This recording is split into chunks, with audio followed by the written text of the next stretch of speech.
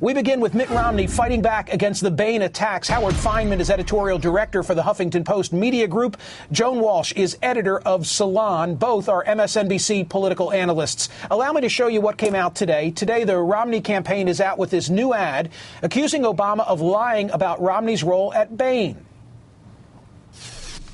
When a president doesn't tell the truth, how can we trust him to lead? The Obama outsourcing attacks, misleading, unfair, and untrue. There was no evidence that Mitt Romney shipped jobs overseas. Candidate Obama lied about Hillary Clinton. So shame on you, Barack Obama. But America expects more from a president. Obama's dishonest campaign, another reason America has lost confidence in Barack Obama. Howard Fineman, I'm tempted to say that would have been an effective ad a week ago. Yeah, I think you're right, Michael. I think the Romney campaign, which was so good on offense during the primary season, hasn't shown itself to be quick off the mark in terms of defense. The Obama campaign attacked. There are questions about exactly what definitions you want to use of outsourcing and offshoring. There are definitions or questions of definitions about time, the timeline, and so on. But the basic attack was well known, and I think in its heart had a lot to it. The Romney campaign at first dismissed it. They tried to brush it off. They tried to make fun of it. They tried to counterattack by saying the president sent money overseas during the stimulus package. But it's only today, more than a week later, that they're trying to react to a story that they originally sent their staff down to the Washington Post to complain about. That was more than a week ago. Joan, NBC's First Read had this response to the new Romney ad, quote, "Perhaps the biggest problem for Team Romney is that this response ad comes more than a week after the Obama camp released its Bain outsourcing ad. That's not quite rapid response." Also today, the New York Times reported on the disappointment among some Romney supporters. Quote, "Mitt Romney and his team of advisors built a reputation during the Republican primaries as tough street fighters skilled in the tactics of political warfare. But now Mr. Romney finds himself confronting concern that he is not nimble and aggressive enough to withstand the Democratic assault against him." And then yesterday on Fox News, Mitt Romney was asked about his slow response and said this. I, of course, respond to the attacks that come. But, you know, they say in politics, if you're responding, you're losing. The part that surprises me, Joan Walsh, is that this was all predictable. I mean, Newt Gingrich, he was slapped down in Republican quarters for doing so, but he pursued these Bain issues. Surely the Romney campaign knew we'd get to this juncture.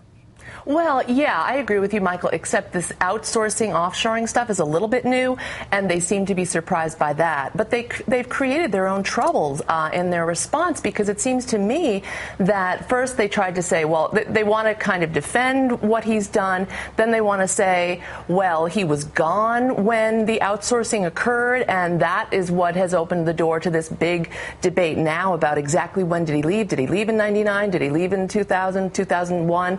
We've got multiple sets of disclosure forms now that each tell a different story, one to the SEC that could be damaging about exactly when he stepped down as CEO. So it's sort of like in their original defense, they created this new set of questions about the precise timeline of his departure. So they really are bumbling and bungling this story from start to finish. Here's, Joan, what you're referring to, a report in this morning's Boston Globe about exactly when Romney left Bain. It's been getting a lot of attention. It follows reporting from David Korn, as a matter of fact, in Mother Jones, that suggests Romney was still involved there until 2002, 3 years after he says he left, during a period when the firm invested in companies that specialized in outsourcing. Quote, "Government documents filed by Mitt Romney and Bain Capital say Romney remained chief executive and chairman of the firm 3 years beyond the date that he said he ceded control, even creating 5 new investment partnerships during that time." Public Securities and Exchange Commission documents filed later by Bain Capital state that he remained the firm's sole stockholder, chairman of the board, chief executive officer, and president. The Romney campaign said the article is inaccurate. They say Romney was still the owner, technically, but he wasn't involved in any investment decisions. And not surprisingly, however, the Obama campaign was quick to jump on the story. In a call with reporters, senior advisor Stephanie Cutter leveled a strong charge against Romney. Let's listen to that. Either Mitt Romney, through his own words and his own signature, was misrepresenting his position at Bain to the SEC, which is a felony, or he was misrepresenting his position at Bain to the American people to avoid responsibility for some of the consequences of his investments. And if that's the case, if he was lying to the American people, then that's a real character and trust issue that the American people need to take very seriously. Pretty strong words. Romney campaign manager Matt Rhodes called Cutter's statement reckless and unsubstantiated and accused the Obama camp of hitting a new low. He called on the president to apologize. Howard, as I said at the outset, it gets confusing. I think this is the big picture. The president got a disappointing jobs number recently, and yet it seems like it's Romney who's on the defensive. There's no question about it. And every day that goes by, Michael, where the media, and I'm talking about most of the media, and the political community is focused on these kinds of questions about what Mitt Romney did when with Bain, is one day that that same media establishment is not talking about the rather dismal state of the economy. So on that basis alone, it's a win tactically for the president. And I also think there are other streams of documents and information that may be coming forth that may tell yet another picture of what Mitt Romney was doing between 1999 and 2002. The problem that Mitt Romney has is that his identity seemed to change depending on which document he was filling out. Whether it's an SEC form or something else. Don't forget, at the time, there were also questions about, later on in 2002, when he ran for governor of Massachusetts, there were questions about whether he was a legal resident in Massachusetts.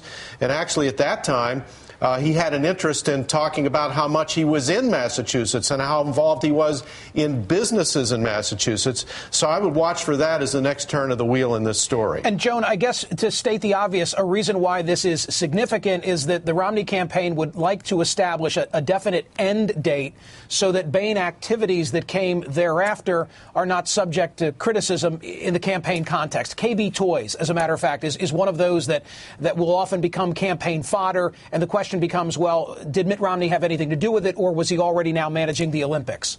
Exactly. But, I think Bain is going to wind up having to answer some questions here, too, Michael, because really the question is, what are they representing to the SEC? What are they representing to their clients? We all know that in investment companies, it really matters who the CEO is, who's making the decisions. How is Mitt Romney's name and role being used in outreach to clients?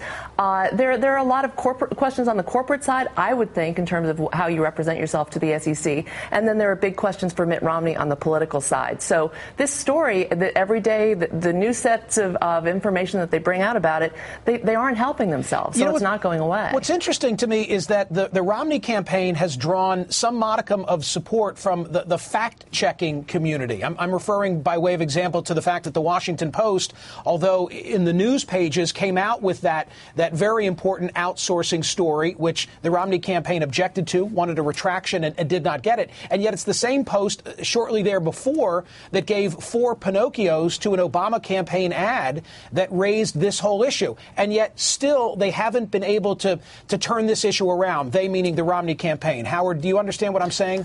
Yes, I do understand what you're saying, and I think it's largely for the reason that Joan pointed out, is that in their effort to nail that down, they have made some assertions about what Mitt Romney was doing between 1999 and 2002 that are open to question. So in an effort to shut down one part of the story, they rather stupidly opened up a whole other one that they probably didn't need to do. If they just stuck with jamming the Washington Post's own fact-checking and review devices back at the Washington Post, they may have had a better time with this story. But by the way, I think in addition to changing the subject, the strategy here for the Obama campaign is also ultimately to get back to taxes. I think.